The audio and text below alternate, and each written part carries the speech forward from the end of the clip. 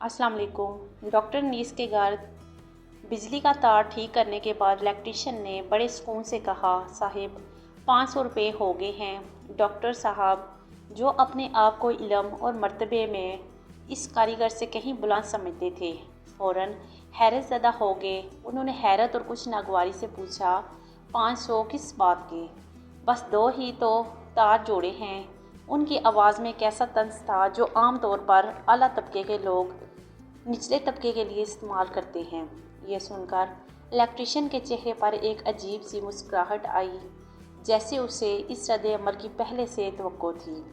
उसने सर उठाकर डॉक्टर साहब की आंखों में देखा और एक ऐसे लहजे में जवाब दिया जिसमें कोई झुकाव नहीं था, डॉक्टर साहब, इतना आसान है क्या तार जोड़ना? अगर आसान लगता है तो आप ही जोड़ लें। बिजली का काम ऐसा है जिसमें आदमी एक ही बार गलती करता है, दूसरी बार गलती करने के काबिल नहीं बचता। डॉक्टर अनीस कुछ देर के लिए खामोश हो गए। उनकी ज़ुबान गंग हो चुकी थी और दिमाग में एक खलबली सी मच गई। उनकी खामोशी सिर्फ पैसों का मामला नहीं था, बल्कि इसके पीछे माजी का एक गहरा राज छुपा हुआ था। कहानी का आगाज़ एक स्याह रात के साय से हुआ था, जब पूरा कस्बा गहरी नींद में था कि अचानक एक ज़ोरदार धमाके की आवाज़ आई और डॉक्टर अनीस के घर की सारी बिजली बंद हो गई। हर तरफ एक खौफनाक और सुनसान अंधेरा छा गया। डॉक्टर साहब, जो उस वक्त एक किताब पढ़ रहे थे, उसे बंद कर दिया और घबराकर अपनी बीवी सुरैया की तरफ देखा। सुरैया जल्दी से उनके पास आई और बोली, लगता है ट्रांसफार्मर फट गया है। हमेशा पुरसकून रहने वाले डॉक्टर अनीस इस अचानक वाक़े से कुछ घबरा गए थे। उनका क्लिनिक सुबह खुलने वाला था। अगर बिजली ना आती तो मरीज़ों को बड़ी मुश्किल होती। उन्होंने अपनी टार्च जलाई और बाहर निकल कर देखा तो उनके घर के करीब एक पुराने खंभे से खौफनाक चिंगारियाँ निकल रही थीं, जो रात की तारीकी में किसी पुरस्रार वजूद की तरह लग रही थी।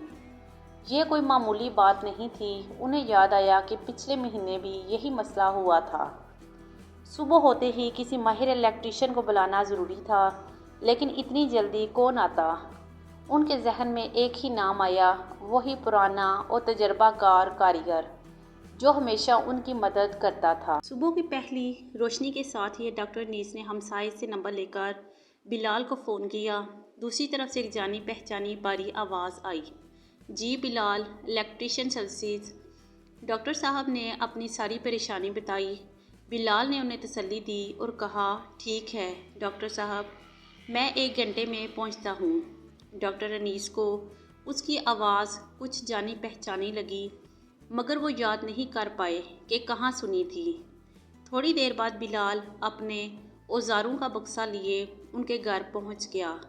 उसने बाहर खंबे का जायज़ा लिया और बोला, मेन लाइन में शॉर्ट सर्किट है, काम ज़रा मुश्किल है लेकिन हो जाएगा। जैसे जैसे बिलाल तारें जोड़ रहा था, डॉक्टर साहब उसे बेचैनी से देखते रहे।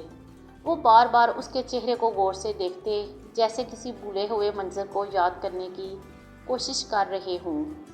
एक धुंधला सा मंजर उनकी आंखों के सामने घूमने लगा, जिसमें एक नौजवान लड़का और बिजली के तार शामिल थे।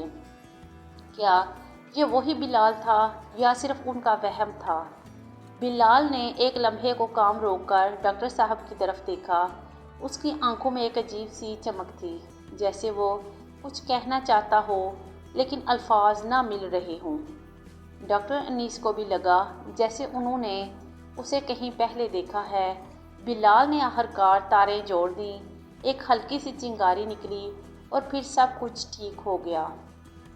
डॉक्टर साहब, बिजली आ गई है, बिलाल ने कहा।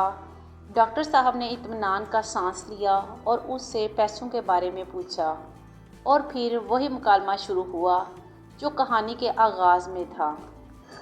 जब डॉक्टर साहब ने एक बार फिर 500 के बजाय 200 रुपये देने की बात की, तो बिलाल के लहजे में एक तीखा तंज था जो उनके दिल को छू गया। ये सिर्फ पैसों की बात नहीं थी, बल्कि इससे कहीं ज़्यादा थी। बिलाल ने कहा था कि आप तो पैनाडॉल देने के भी मन चाहे पैसे ले लेते हो। ये बात ڈاکٹر انیس کے لیے بہت چبھنے والی تھی، کیونکہ انہوں نے ہمیشہ اپنے مریضوں کا علاج ایمانداری سے کیا تھا، مگر بلال کی بات نے انہیں ایک اور تلخ واقعہ یاد دلا دیا۔ ان کے کیریئر کے ابتدائی دنوں کا، جب وہ میڈیکل کالج میں پڑھتے تھے، ان سے ایک معمولی سی غلطی ہو گئی تھی، جس کا نتیجہ مریض کو سخت تکلیف کی صورت میں بھگتنا پڑا۔ بلال کے الفاظ، بجلی کا کام ایسا ہے جس میں انسان ایک ہی بار غلطی کرتا ہے، یہ الفاظ سیدھے ان کے زخموں پر چوٹ کر گئے۔ ڈاکٹر انیس گہری سوچ میں ڈوب گئے اور بلال کو غور سے دیکھنے لگے۔ انہوں نے محسوس کیا کہ بلال کے ہاتھ پر محنت اور تجربے کی گہری لکیریں ہیں، اور یہی ہاتھ نہ جانے کتنے گھروں میں روشنی لا چکے ہیں۔ انہیں احساس ہوا کہ انہوں نے بلال کے کام کو صرف 2 تار جوڑنا سمجھ کر کم تر جانا تھا۔ یہ 500 روپے صرف محنتانہ نہیں، بلکہ اس خاموش اور جان لیوا خطرے کی قیمت بھی جو بلال نے مول لیا تھا، اور اس علم و ہنر کا احترام تھا جو اس نے برسوں کی مشقت سے حاصل کیا تھا۔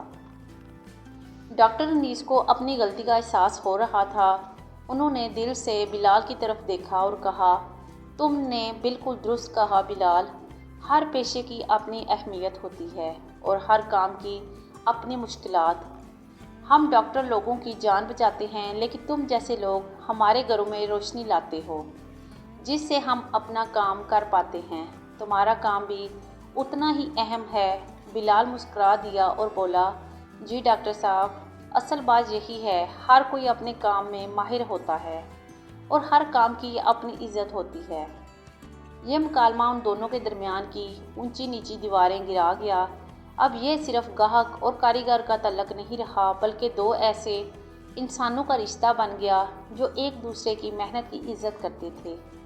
ڈاکٹر صاحب نے بلال کو چائے کی دعوت دی، جو اس نے خوشی سے قبول کر لی۔ چائے پیتے ہوئے ڈاکٹر انیس نے کہا، بلال، مجھے لگتا ہے کہ آج مجھے ایک نیا دوست مل گیا ہے۔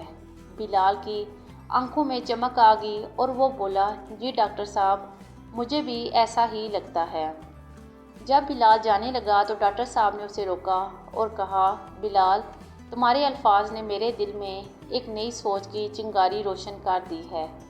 یہ کہانی صرف 500 روپے کی نہیں تھی، بلکہ احترام اور ہمدردی کی تھی۔ انہیں یہ قیمتی سبق ملا کہ زندگی میں ہر شخص، چاہے اس کا پیشہ کچھ بھی ہو، معاشرے کے لیے کتنا اہم ہے اور دوسروں کی محنت کی عزت کرنی چاہیے۔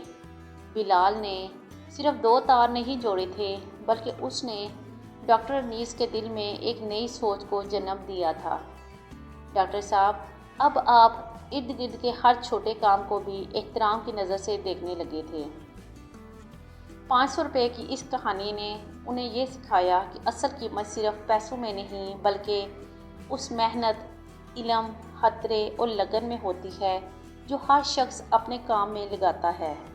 یہ کہانی ہمیں یاد دلاتی ہے کہ ہمیشہ دوسروں کی محنت اور کردار کی عزت کرنی چاہیے، اور یہ سمجھنا چاہیے کہ ہر کام میں ایک انمول سبق چھپا ہوتا ہے۔ کمنٹ میں اپنی رائے کا اظہار ضرور کریں، چینل کو سبسکرائب کریں۔ اگلی دلچسپ کہانی تک اللہ حافظ۔